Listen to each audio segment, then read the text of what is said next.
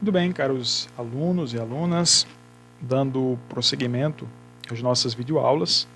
Uma das dimensões das nossas videoaulas é o incentivo, a promoção, a propagação, a difusão da leitura. Vocês sabem muito bem que sempre ao final de cada videoaula nós lemos algum conto, algum texto. E na última videoaula, que nós tratamos exatamente sobre os numerais, nós não tivemos essa oportunidade de ler um conto. Então, eu resolvi gravar este vídeo dentro do programa, do projeto de extensão, dentro do minicurso de língua portuguesa voltada para alunos do 6º ano do ensino fundamental. Eu resolvi gravar este vídeo exatamente para motivar, incentivar a necessidade, a importância da leitura, da literatura. É fundamental para qualquer estudante ler. Quando a gente lê, a gente amplia o nosso horizonte de compreensão da realidade. Quando a gente lê, a gente amplia o nosso vocabulário. Cada vez que lemos, um número maior de palavras são incorporados no nosso dia a dia, na nossa vida diária. Então é fundamental a leitura. E a leitura cria em nós um espírito crítico. E hoje nós vamos ler 2 contos. O primeiro é de um autor chamado Carlos Heitor Coni, cujo título é exatamente A Primeira Lição. Vamos ver aqui quem foi Coni. Quando era criança, Carlos Heitor Coni tinha muita dificuldade para pronunciar algumas palavras e sofria com os colegas de escola que debochavam do seu modo de falar. Mas escrevia corretamente e, com o tempo, cada vez melhor, livrando-se das brincadeiras dos amigos que passaram a admirá-lo. Coni percebeu então que escrever podia ser uma forma de diversão e defesa, e nascia aí um dos maiores escritores do Brasil. Muito divertido e inteligente, Coni é autor de mais de 14 romances, ensaios biográficos, inúmeras traduções e adaptações, além de colunista diário e cronista de diversos jornais e revistas brasileiros. Seus livros receberam vários prêmios importantes, como o Jabuti, o Machado de Assis, pelo conjunto da obra, e o Prêmio Nacional Nestlé de Literatura. Atualmente, Carlos Heitor Coni vive no Rio de Janeiro, cidade onde nasceu em 1926. O conto que você vai ler a seguir conta a história de um menino que, como autor, enfrentou alguns probleminhas na escola. Coni conseguiu superá-los, mas e o personagem?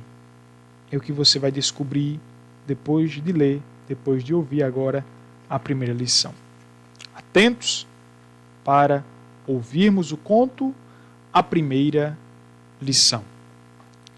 Ainda que viva 100, 1000 anos, não esquecerei o primeiro dia de aula, a primeira escola, a que meu pai me levou.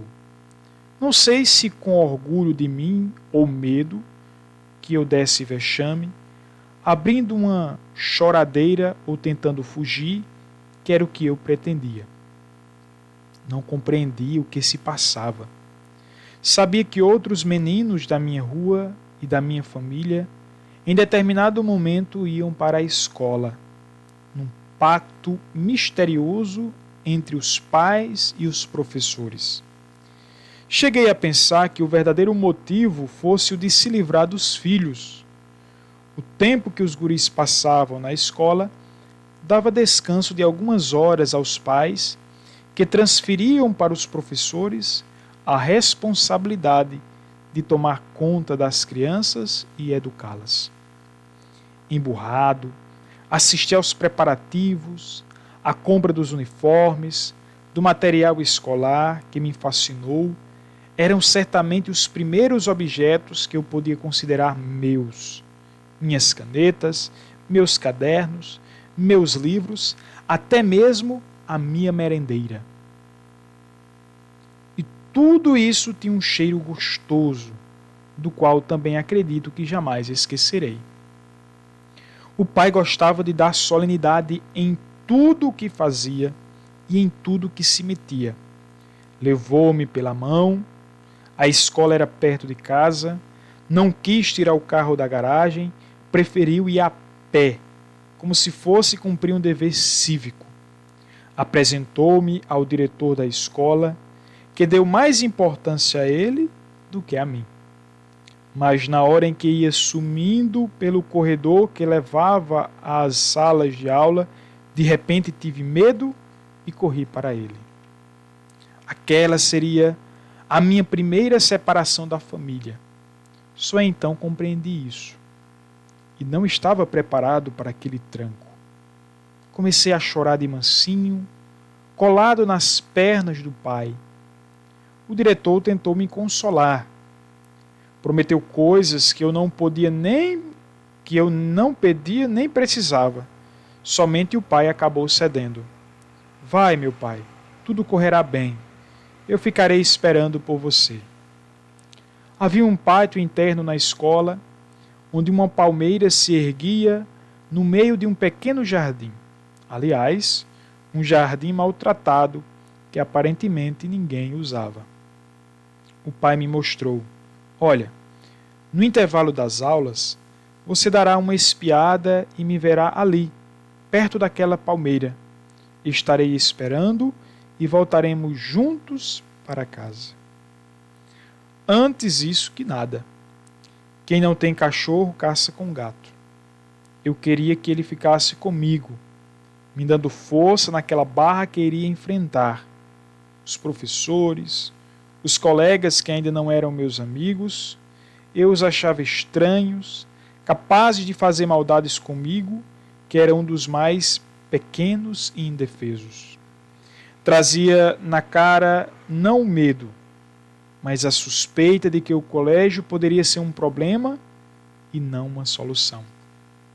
Realmente, no intervalo das aulas, olhava para o pátio e vi o pai, que comprara um montão de jornais e revistas, sentara no banco de cimento, havia uma garrafa de água mineral ao lado. E senti orgulho por ter um pai como aquele. Mas outros meninos também viram o pai ali parado e ficaram sabendo que era meu pai. Caíram em cima de mim, me chamaram de mulherzinha. Eu não seria homem como eles começavam a ser. Daí que fiquei envergonhado. Acabada a última aula, desci correndo para o pátio. O pai estava cansado, mas fingiu que não estava. Então, como foi a coisa? Tudo bem? Não disse que você ia gostar? Tive vontade de dizer que gostara e não gostara. Mas de uma coisa tinha certeza. Pai, amanhã me deixa sozinho na escola. Os meninos zombaram de mim. Zombaram de você. Me chamaram de mulherzinha e você de coroa. Percebi que o pai também gostou e não gostou da minha reação. Mas por incentivo do que por curiosidade, perguntou o que eu aprendera naquele primeiro dia de escola.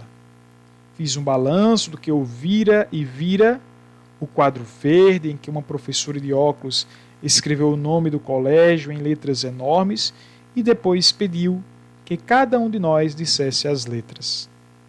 Uma outra professora, esta sem óculos, contou uma história que eu não entendi direito.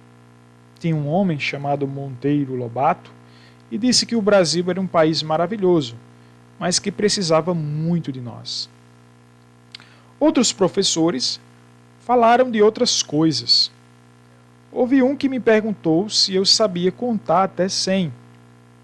Eu já havia aprendido isso com o pai. Por que me faziam repetir o que eu já sabia? Só não sabia de uma coisa, que apesar de ser um menino, que não chegara ainda aos 10 anos, já era uma cópia importante para os outros e para mim mesmo. E aprendera também que acabara para sempre a minha infância. Não devia ter chorado quando entrara na escola, obrigando o pai a ficar de plantão, de sentinela, tomando conta do filho à distância. Daquele dia em diante, eu teria que me habituar a enfrentar a vida por conta própria. O pai me levou de volta para casa, segurou minha merendeira e a mochila que eu trazia às costas, com meus cadernos e livros, imaginando que eu estava triste. Disse com certa pena: meu filho, são os abrolhos. Estão começando os abrolhos. Eu não sabia o que eram abrolhos. No dia seguinte, a tal professora de óculos perguntou se algum de nós tinha alguma dúvida. Quando chegou a minha vez, eu quis saber o que eram abrolhos. Ela disse que abrolhos eram as dificuldades, os problemas que a gente vai encontrando pela vida. Eu então aprendi mais do que isso, que o meu pai era um grande sujeito e com ele venceria todos os abrolhos. Então esse é o conto, o primeiro conto, intitulado A Primeira Lição, conto esse do Carlos Heitor Coni.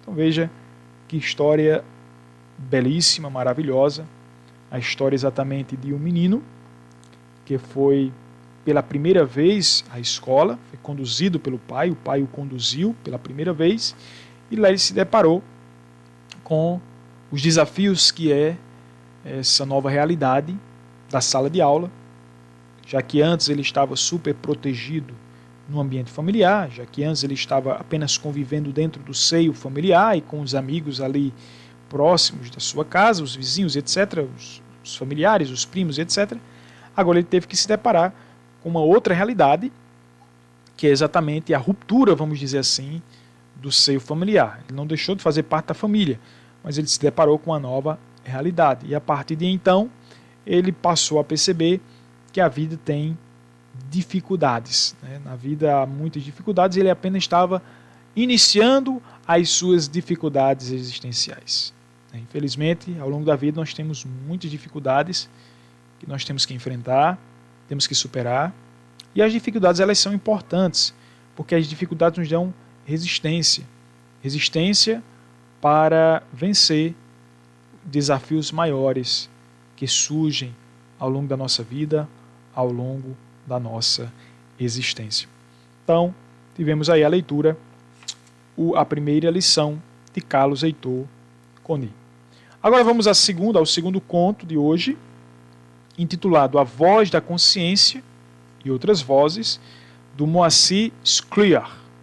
Vamos ver quem é Moacir Scliar. Os pais de Moacir Scliar eram grandes contadores de história. Daí talvez tenha surgido seu enorme fascínio pela literatura. Desde menino, era muito inteligente e talentoso. Rabiscava pequenos contos que circulavam pelo seu bairro na cidade de Porto Alegre, onde nasceu há 66 anos. O garoto Moacir cresceu, formou-se em medicina, viajou pelo mundo e se tornou um escritor de grande renome, publicando mais de 50 obras, que foram traduzidas para diferentes idiomas. Seus livros são marcados por muito humor, fantasia, criatividade e pelo judaísmo, religião de sua família. Escrevendo crônicas, contos, ensaios e romances, Moacir Scliar recebeu vários prêmios importantes, como o Jabuti, o da Associação Paulista de Críticos de Arte e o Prêmio Casa de las Américas. O conto que nós iremos ler agora é sobre um menino meio esquisito que chegou de repente à escola e não gostava muito de fazer amigos. Desde o começo, o Edmundo estava a fim de criar confusão. O que será que esse menino aprontou? Será que a consciência falou mais alto e ele mudou de ideia? Então vamos ler o conto agora.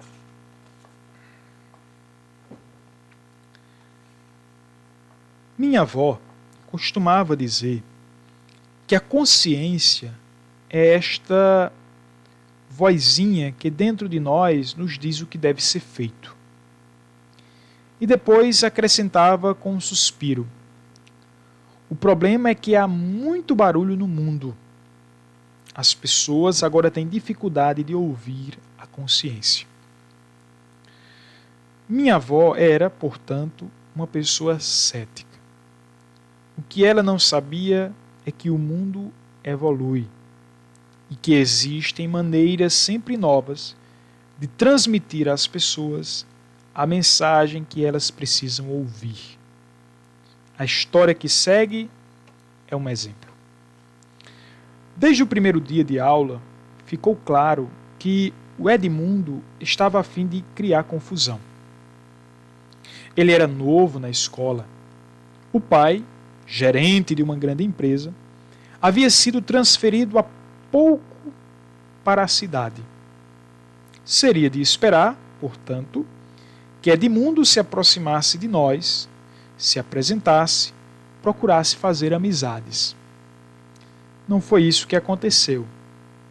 Fui entrando um rapaz alto, bonito, muito bem vestido, usando uns estranhos óculos escuros, não cumprimentou ninguém, escolheu um lugar no fundo da sala, sentou-se, sacou da mochila uma revista, abriu-a e ficou lendo. Nós o olhávamos em silêncio. Finalmente, o Jorge, que entre nós fazia um pouco o papel de relações públicas, aproximou-se dele. Meu nome é Jorge. Já sabemos que você é novo aqui na escola e na cidade. Você não gostaria de conhecer o resto da turma? Edmundo mirou um instante, depois disse seco: agora estou lendo. A grosseria nos deixou espantados. Mas pior foi o que aconteceu depois, quando entrou Leila, a professora de matemática, de quem gostávamos muito. Todos nos levantamos para saudá-la. Todos, menos Edmundo, que continuou sentado, absorvido na leitura da revista. Leila, que era uma pessoa amável, dirigiu-se a ele. Vejo que temos um novo colega na classe. Você não quer se apresentar? Edmundo suspirou, com ar de entediado, fechou a revista, guardou-a na mochila. Sem se levantar, anunciou: meu nome é Edmundo. Sim, sou novo aqui e quero avisar que não sou de muito papo. Pena, disse a professora Leila, porque nós aqui procuramos conviver da melhor maneira possível. E conviver significa bater papo. Ao menos de vez em quando. Você concorda? Ele balançou a cabeça, sempre de óculos escuros, sempre com ar de tédio, diante do que Leila deu por encerrada a conversa e entrou no assunto da aula. Nos dias que se seguiram, e com poucas variantes, aquela cena viria a se repetir. Professores e alunos procuravam se aproximar de Edmundo, mas sem consegui-lo. Ele não chegava a ser grosseiro, mas também não era receptivo. Simplesmente não queria se aproximar de ninguém. Melhor dizendo, ninguém que fosse do corpo docente. E entre os alunos, ninguém que fosse do sexo masculino. Porque com as garotas ele conversava. E conversava muito, aliás. Logo ficou claro que era metido a conquistador. Volta e meia, estava levando uma menina ao shopping da cidade, que era o tradicional ponto de encontros. Àquela altura, nossa surpresa tinha se transformado em irritação. Que Edmundo se recusasse a ter contato conosco era algo que até podíamos entender. Afinal, qualquer um tem o direito de esnobar os outros. Mas que, ao mesmo tempo, ele passasse cantadas nas garotas, nas nossas garotas era algo que não podíamos admitir. A nossa indignação e a nossa preocupação chegaram ao ápice quando descobrimos que ele estava namorando a Márcia. Era uma menina linda ela, e amável, e bondosa. Todo mundo gostava da Márcia, e todo mundo se preocupava com a Márcia. Tímida, delicada, havia passado por maus momentos. Perdera o pai e a mãe num trágico acidente de ônibus, e agora morava com a tia, mulher pobre que fazia sacrifícios para manter a sobrinha na escola. Esse assunto vai terminar mal, previu o Armando, a quem todos nós considerávamos uma espécie de guru. Hoje estuda psicologia. Não deu outra. 2 meses depois, Edmundo trocou a Márcia pela Guilca, uma assanhada, segundo minha moralista mãe. Ficou mal a Márcia. Ficou muito mal. Não comia, não dormia, passava o tempo todo chorando. Por fim, desligou-se da escola. O episódio nos deixou furiosos, mas a verdade é que nada podíamos fazer. Trocar de namorada, mesmo daquela maneira ultrajante, não chega a ser crime. Mas que queríamos ver o Edmundo castigado? Ah, isto queríamos. Era o que mais queríamos. E o castigo veio de forma surpreendente e irônica. Aproximava-se a época dos exames, que em nossa escola eram rigorosos. Nossos professores, bons professores, eram justos e exigentes. De modo que esta passou a ser nossa prioridade. Formamos até grupos de estudos. Todos participavam. Todos, menos Edmundo. Ele até foi convidado. Armando, que partia do princípio segundo o qual é melhor o entendimento do que a hostilidade, tomou essa iniciativa. Edmundo agradeceu, mas disse que seu método de passar em exames era outro. Que método era esse? Que método era esse? Não tardaríamos a descobrir. Graças ao Roque, o jacaré, que trabalhava na secretaria da escola e era uma espécie de faz-tudo. Ele cuidava, por exemplo, dos equipamentos de som.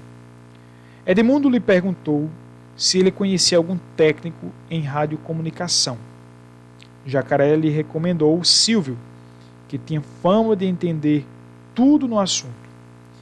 E foi o Silvio quem mais tarde contou-me o final da história. Edmundo foi procurá-lo.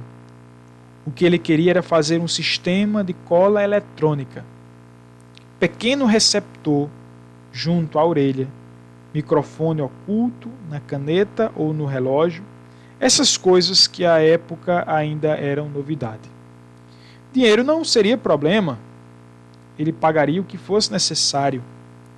Silvio disse que sim, que Edmundo poderia contar com ele, inclusive para a transmissão das respostas.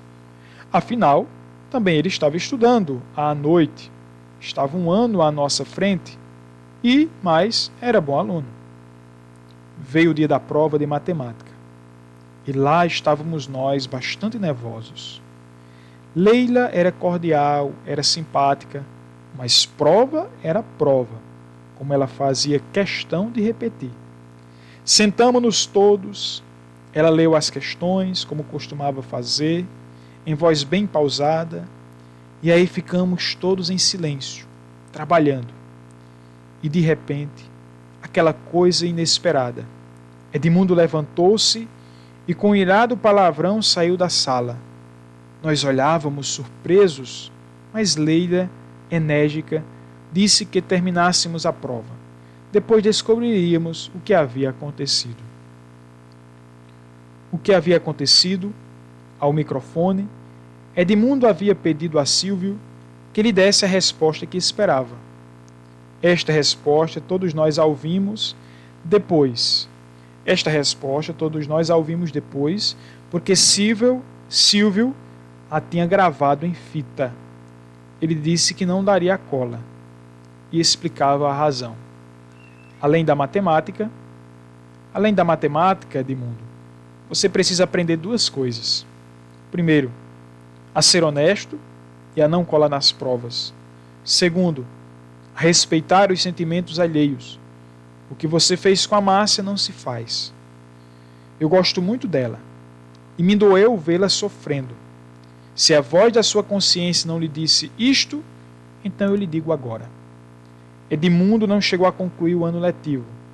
O pai dele foi inesperadamente transferido para outra filial da empresa e ele mudou da escola. Pelo que ficamos sabendo, mudou de vida também. Tornou-se um aluno brilhante e está cursando, acreditem ou não, engenharia eletrônica. Márcia ficou muito reconhecida a Silvio. Estão namorando e pretendem se casar, como recentemente descobrimos numa festa dos ex-alunos da escola. A professora Leila estava lá e me perguntou se eu ainda lembrava o teorema de Pitágoras que ela tinha ensinado em aula. Claro que eu lembrava. Há lições de matemática e da vida que a gente não esquece. E apesar do que dizia minha avó, podemos sim ouvir muitas vozes nesse mundo, inclusive a voz da consciência. Então esse é o segundo conto do nosso dia, da nossa aula de hoje, o conto intitulado A Voz da Consciência e Outras Vozes. Muito bem, caros amigos, alunos, encerramos aqui por hoje a nossa aula com essa leitura, com a leitura desses dois contos. Até o próximo vídeo, até a próxima aula, se Deus assim nos permitir. Até mais.